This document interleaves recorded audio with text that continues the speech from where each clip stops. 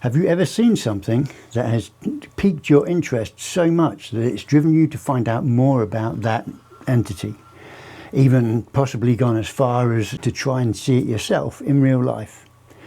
Now that's exactly what happened in 1963 when an air traffic controller and private aviator by the name of Harlan Wolff, along with his hunting buddy Billy Mills, spotted an isolated cabin deep within a 250 square mile or 70,000 acre swamp in southern Louisiana.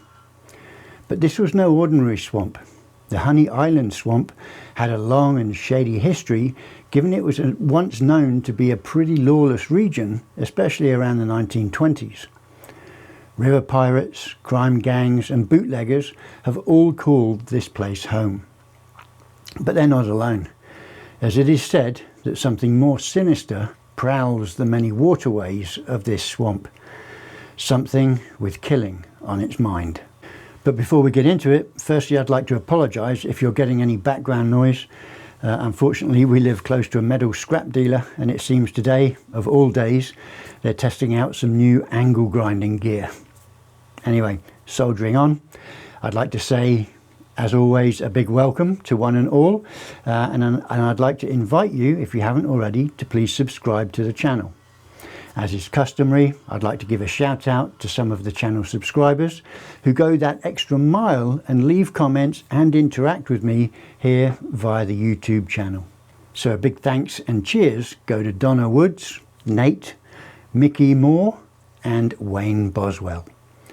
Many thanks to you for your interactions, and to all others too who have also over the past months taken the time to interact with me and leave comments here. It's all very much appreciated.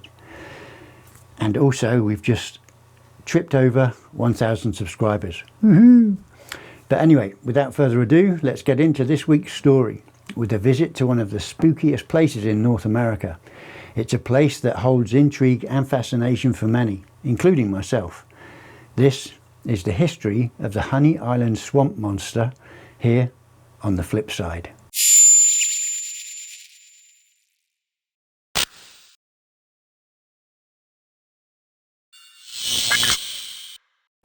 Now it's October 1963. Hunting buddies Harlan Wolff and Billy Mills are taking another flight in Wolff's small aircraft, as they often did when scouring for new and potentially rewarding fishing or hunting areas within the swamps of Louisiana. Wolff was a lifelong fan of aviation, and his work as an air traffic controller in New Orleans paid him a salary that afforded him the luxury to run his own small aircraft. He would fly as often as he possibly could, with many folks in the area knowing it was him as he swooped low over the swamps to get a closer look at potential honey holes. Now on these trips he was invariably joined by his lifelong friend and hunting buddy, a jovial man by the name of Billy Mills. And on this particular flight they were taking in the sights of the expansive Honey Island swamp when they spotted a cabin that neither seemed to have remembered as having seen in the past. Needless to say, that cabin remained the talking point for the rest of the flight and their respective drives home. But however, by the time they reached the airstrip and on landing, once they touched down, it was already decided at that point that the two men were going to go back into the swamp to try and find out more about the cabin if they could. Now a few days later, and with the plan all laid out, the two men entered the swamp. They had a small boat with them and were also looking to walk around some of the firmer terrain that they'd seen from the air that surrounded the cabin. Needless to say, it was hard going, and not without very real risks. Honey Island Swamp is home to alligators, water moccasin snakes and mosquitoes the size of doodlebugs, among other things. Progress for hunters here is slow, methodical and tiring to say the least. Nonetheless, the two hunters struggled on. They estimated to have been about 2/3 of the way towards the cabin when, after rounding a bend, they stopped dead in their tracks. What they initially thought was a bear, given that it was foraging on all fours, soon became the stuff of both legend and nightmare. Billy, seeing as he was the lead scout, was the first person to see the creature, and stopping to look at Harlan, he asked in a normal voice, "What the heck is that?" pointing to the bear as it foraged about 70 yards in front of the men. Upon hearing Billy's voice, the creature looked towards the men and then, in complete shock to both of them, reared up on its hind legs and assuming what looked to be its normal posture. The men estimated the creature to be standing at around 7.5 feet tall, completely covered in dark, thick hair, and weighing in at, they estimated, between 400 and 500 pounds. For a while, it just stood there, locking its burning amber-coloured eyes on the hunters. Was it contemplating attack? Now, after what felt like an eternity, according to Wolf, the beast took off running into the swamp away from the hunters, and the two hunters, without thinking, took off after it, wanting, after all, as hunters, to get a better and possibly closer look at whatever this was. Now, running after the creature, both Billy and Harlan noted one thing: its absolute and undeniable stench. Harlan went on to call it the stench of death. Now, after a while, the men took stock of their situation. Here they were, in an unknown swamp, chasing an unknown beast into an unknown swamp. Realising their predicament, the men opted to back out of their trip and return to their respective homes.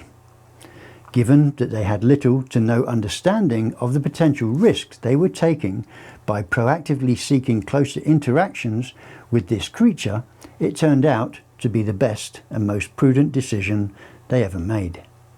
Level heads prevailed.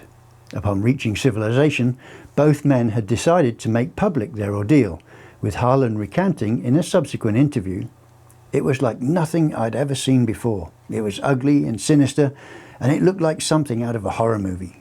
But were Harlan and Billy the first to have ever encountered what went on to be known as the Honey Island Swamp Monster? Now, it comes as no surprise that when news of Harlan and Billy's story broke, it spread like wildfire.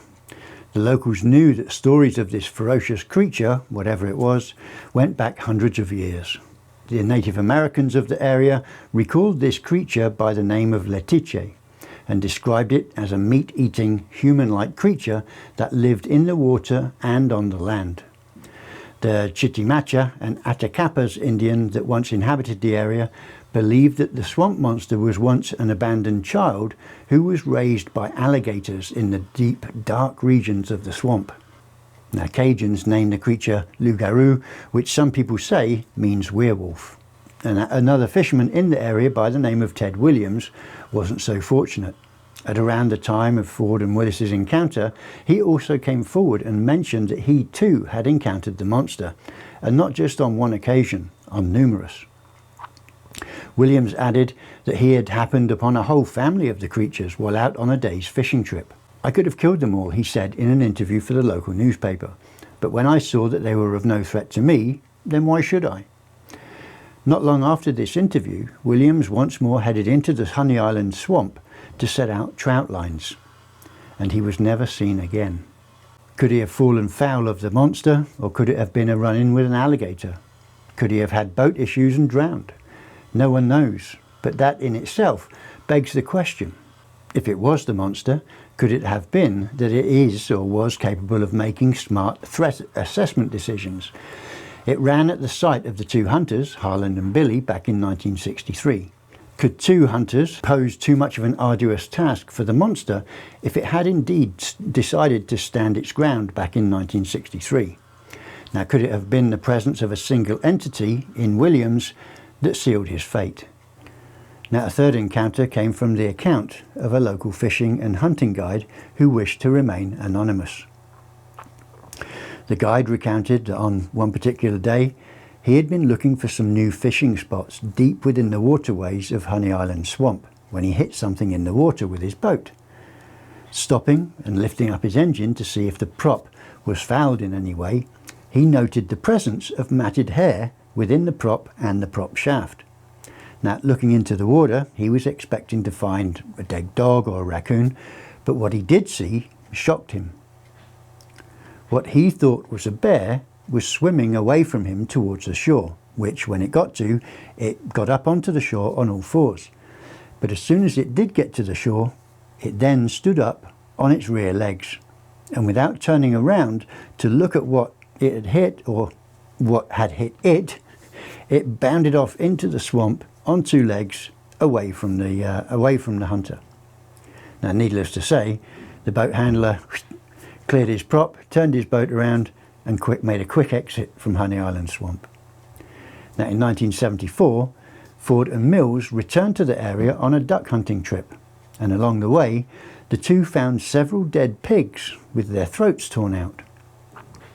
Realizing that the boars were too far away from the water to have been killed by alligators, they began to suspect that the monster that they had encountered 9 years previous was involved in these killings. And this suspicion was something that was confirmed when they noticed footprints, three-toed and webbed, around one of the boars. Now, rather than have a second run-in with the swamp monster, Ford and Mills retreated from Honey Island Swamp. Later that night, the two plucked up enough courage to return once again in order to make some plaster casts of the footprints. Now, whatever it may be, this primitive creature has long been blamed for the deaths of livestock and the mysterious disappearances of children in adjacent areas. One of the strangest legends surrounding the Honey Island Swamp monster revolves around a train wreck which allegedly occurred near the Pearl River in the early part of the 20th century. According to legend, the train was full of exotic animals from a travelling circus which fled into the swamps after the train had derailed. Now, while most of the creatures would soon perish in the harsh swamp conditions, legend goes on to say that a troop of chimpanzees managed to survive and even thrive within the swamp. Could therefore what Harlan, Billy, Ted and others have seen in the swamp over the years, could that have been a member of this surviving offspring of those original apes? Now, Harlan Ford never stopped searching for the monster, but retreated from the public eye following the obvious criticism such a story would attract. Now, a few years after his passing, in 1980, his wife Yvonne found a video he'd recorded during one of his many trips into the swamp. The video was shot on grainy old 8mm film, and the footage showed what appeared to be a large man covered in hair, walking behind rows of trees that were in the foreground. The family also found a letter Ford had written describing his encounters, clearly meant for publication, but boxed up and along with the plaster casts and the video footage.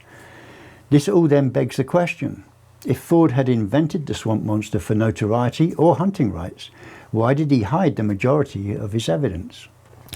So there you have it, folks. Maybe think twice before venturing into spooky lands where previous tales of mythical beasts abound.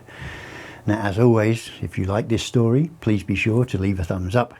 And if you haven't already, please do subscribe and slap that notifications bell so that you'll be updated as and when new content is uploaded by yours truly. And if you do have a specific tale that you'd like me to look into for possible inclusion on this channel in story form, then please leave your suggestion for that in the comments below. And all that remains is my customary well wishes for you to remain safe, stay sane, and above all, stay healthy, given that we are indeed living through some crazy times right now. Take care, guys and girls, and hopefully we'll meet again here pretty soon on the flip side.